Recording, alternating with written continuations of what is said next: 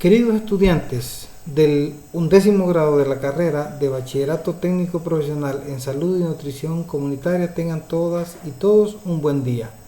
Mi nombre es José Benjamín Aguirre, estudiante en prácticas de la Universidad Pedagógica Nacional Francisco Morazán, de la carrera de Seguridad Alimentaria y Nutricional, específicamente del espacio pedagógico Práctica Profesional 2, que dirige la licenciada Maris Martínez. En esta ocasión hablaremos de un tema muy importante como son las metodologías sociales en el trabajo de la antropología aplicada. Pero antes de entrar en materia, siempre, como es costumbre en todas las clases, vamos a hablar de un valor, porque es necesario inculcar todos aquellos valores que nos han forjado como personas de bien y que se están perdiendo porque no los practicamos. Hablamos específicamente esta ocasión de la amistad. Y conceptualmente la amistad es la relación de afecto, simpatía y confianza que se establece entre personas que no son familia. Y se hace la aclaración entre personas que no son familia porque entre familia, por los lazos consanguíneos que nosotros compartimos, hay ese sentimiento de pertenencia. Sin embargo, hay muchas personas que, a pesar de no tener con nosotros, no compartir sangre o lazos familiares, también mantenemos una bonita relación cercana, y esa es la amistad. Un buen amigo es una persona que siempre está para escucharlo y que siempre te va a tender la mano en los momentos cuando más lo necesites.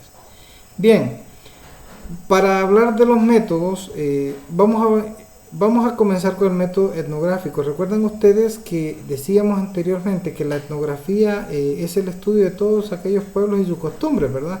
Tradiciones. Bueno, pues el método etnográfico se apoya en la convicción de que esas tradiciones, esos roles, esos valores y esas normas del ambiente en que se vive se van internalizando poco a poco y generan regularidades que pueden explicar la conducta individual y de grupo en forma adecuada. Es decir, que después de tanto convivir en esos lugares, nosotros vamos manteniendo las mismas costumbres, las mismas tradiciones, y eso es a través de generaciones. Pero para poder entender eso, el investigador aplica la observación y la descripción de los sitios y lugares, y ese observador debe permanecer en ese sitio de estudio durante mucho tiempo a fin de recolectar la mayor cantidad de información para realizar un estudio. Es decir, una persona que desea tener el conocimiento más profundo de una etnia o de un lugar donde se practica una cultura diferente, tiene que irse a aprender su idioma y comunicarse con ellos. Y para recolectar información, el método etnográfico emplea las siguientes técnicas, y es la observación del participante. La observación de todas las costumbres, de todas las tradiciones, la forma en que ellos viven, cómo se alimentan, todo eso. La entrevista directa. Por eso hablamos de que una persona que desea estudiar a fondo un grupo étnico de estos o cualquier cultura debe aprender su idioma para poder comunicarse y tener conocimiento de su idioma para poder directamente entrevistar y sacarle toda la información a estas personas, ¿verdad? Y existe el diario de campo, que el diario de campo no es más que una bitácora donde se van anotando todos los datos que se van recolectando de la información obtenida de esos grupos. Otro método importante es el método descriptivo, ¿verdad? Y el objeto de la investigación descriptiva consiste en describir y evaluar ciertas características de una situación, participar en uno o más puntos del tiempo. Y en la investigación descriptiva se analizan los datos reunidos para descubrir así cuáles variables están relacionadas entre sí. Describir es eso, ¿verdad? Se describe el comportamiento, se describen costumbres, tradiciones, ¿verdad? Para tener un mejor conocimiento antropológico o tener un mejor comportamiento de los lugares y sus culturas y normas, ¿verdad? La investigación descriptiva emplea las siguientes técnicas para recolectar datos. La primera es la observación, y esta permite registrar el comportamiento de los sujetos en su entorno de estudio, ¿verdad? Y la observación puede ser de dos tipos, puede ser con intervención y sin intervención. Vamos a hablar de la observación sin intervención Usted como investigador solo se va a esos lugares, investiga su comportamiento, cómo viven, cómo se alimentan, el rol que desempeña cada uno, qué autoridades tienen, todo eso sin intervenir, sin preguntar, sin nada, usted solo va anotando. Mientras que la observación con intervención es aquella donde uno observa que en esos lugares se mantienen ciertas costumbres, tradiciones, y entonces una persona interviene, pregunta por qué ocurre esto, por qué ocurre aquello, cuánto hace tiempo que practican esa norma o esa costumbre. La encuesta es otro método, ¿verdad? Y esta nos permite conocer las opiniones y los sentimientos de los grupos de estudio.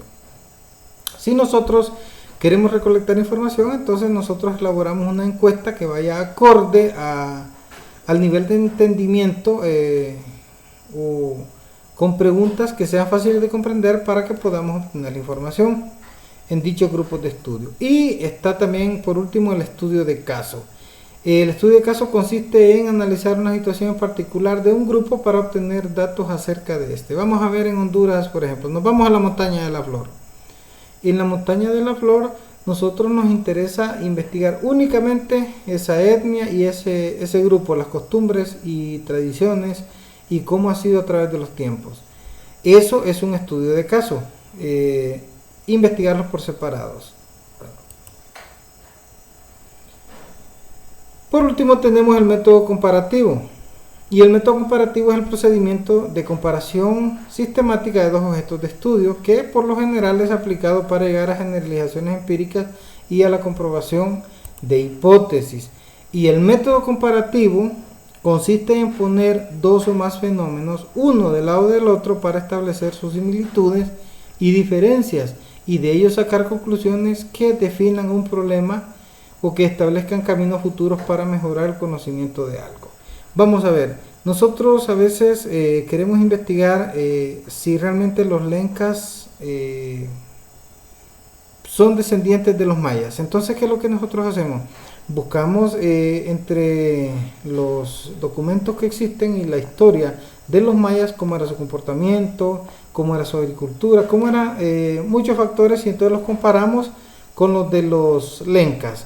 Si coinciden, hay serias probabilidades de que sean descendientes o que hayan tenido los lencas alguna intervención de los mayas o que sean descendientes.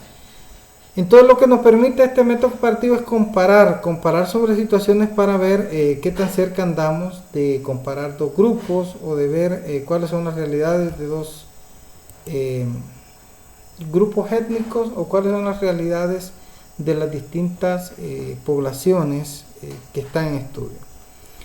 Bien, jóvenes,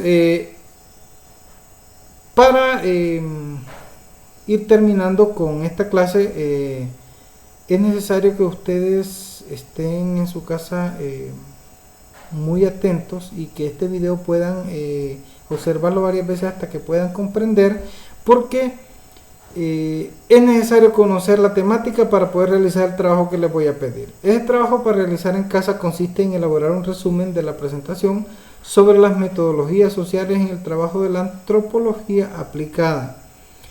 ¿Qué es lo que van a hacer? Van a observar el video una y otra vez y una vez que hayan comprendido, ustedes se sientan con su cuaderno, me elaboran el resumen y luego lo envían al espacio donde les vamos a habilitar más adelante para que lo puedan presentar.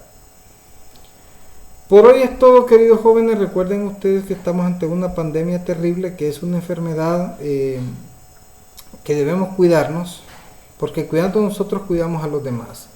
Les doy todas las gracias por su atención. Espero que esta clase ustedes estén muy atentos, porque así podremos lograr los propósitos de enseñanza-aprendizaje que se pretenden con estos espacios pedagógicos a través de estos canales por internet y por estas aplicaciones. Que tengan un buen día y nos veremos en otra ocasión para hablar de otro tema importante.